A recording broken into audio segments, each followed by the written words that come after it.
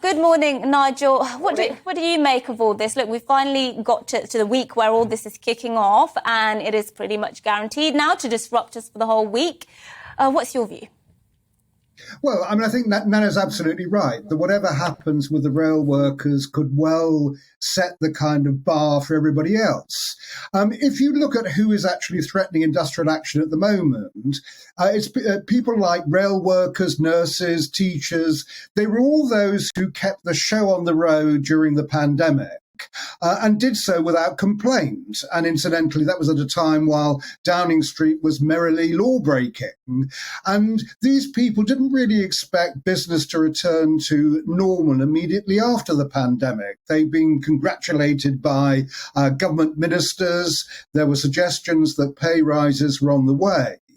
And now we're in a situation where they're being told that the kind of rises that they can expect is 2 or 3%. I don't think that cuts it when inflation is heading towards 11%.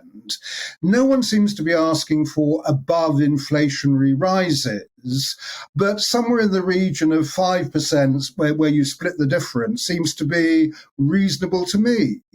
And my problem, I think, with the rail workers, which is the one that Keir Starmer has got, is that Mick Lynch of RMT has been rather opaque about exactly what he's asking for. As Nana has just said, that he gave some indication on Sunday that it was around 7%, but he's not actually been clear what his cost of living increase actually is. Yeah, and I want to talk about this, what we just alluded to there, about this potentially spreading to other sectors, this propensity to strike, and the idea that we could see a more general strike. I was particularly concerned about a week ago when I saw news from Scotland that police officers there were looking at taking industrial action. Obviously, they're limited in the forms of industrial action they can take. But can we really get to a situation where people like the police, crucial services, could be considering industrial action? Well, you might have industrial action. I don't think you'd have a full-scale strike because police aren't allowed to.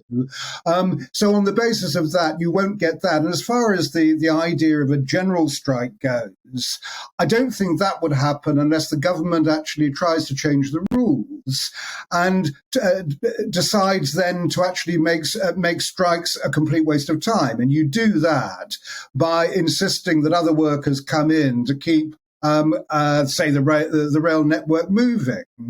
And the idea that we're going back to the 1970s, which, I mean, Mercy, you think is about 30 years ago, but I can actually remember them.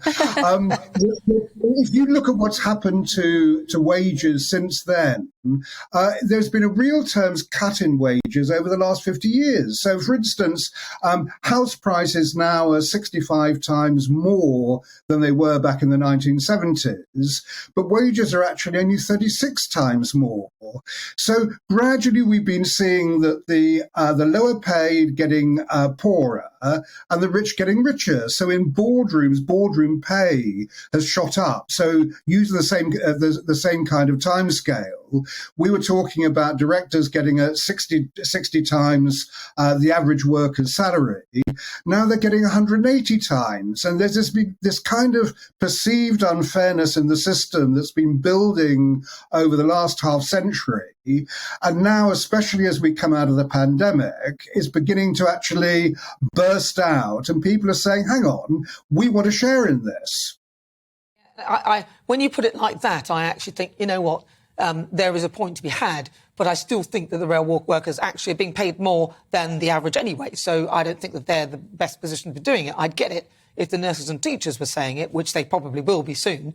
But I just listened to the rail workers. They've got plenty of benefits that a lot of people, those sort of benefits they're getting now have been outlawed in most industries. But what I want to come to is Sir Keir Starmer, because he said the government are putting petrol on the fire. And I'm just wondering, seeing as they're so closely affiliated with unions, how they would be handling this sort of thing. What do you think, in your view? Well, the one thing I think he would be doing, I mean, you're absolutely right. He has been sitting rather on the fence on the rail workers dispute. But what he would be doing is actually talking to the unions if he was in government. So here we have a situation at the moment where Grant Shapps is the transport secretary. So he's responsible for everything that happens in transport, from our air travel to our rail travel to our road travel. He says, look, nothing to do with me. I'll let the employers negotiate with the unions. Well, it is to do with him. He is transport secretary, and the unions have been asking to meet him, and he refuses. What he could do is play the honest broker, the arbitrator. He could sit down with them and try and actually sort this thing out. Now, I don't know if he'd succeed, but at least he'd be talking to them. And that's what I think Keir Starmer would be doing were he Prime Minister at the moment. Well, were he Prime Minister at the moment. What do you think his chances are of being Prime Minister at the moment? In terms of leadership, if he said that obviously if he receives his fine that he'll step down. He's always said that.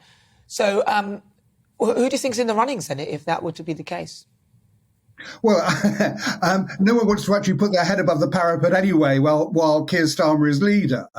I mean, I would think that the kind of people who might be looking to take over in the future would be the Shadow Home Secretary, Yvette Cooper. She would certainly get a lot of support within the Parliamentary Labour Party. The Shadow Chancellor, Rachel Reeves, might well be there. And I think that the coming man is going to be the Shadow Health Secretary, which is Wes Streeting. With you there. I've been quite impressed by Wes Streeting, actually, over the last couple of years. Well, 1 year, really. But look, Nigel, thank you so much for joining us this morning and giving us your insight, political editor of the Sunday Mirror there and the Sunday People, Nigel Nelson.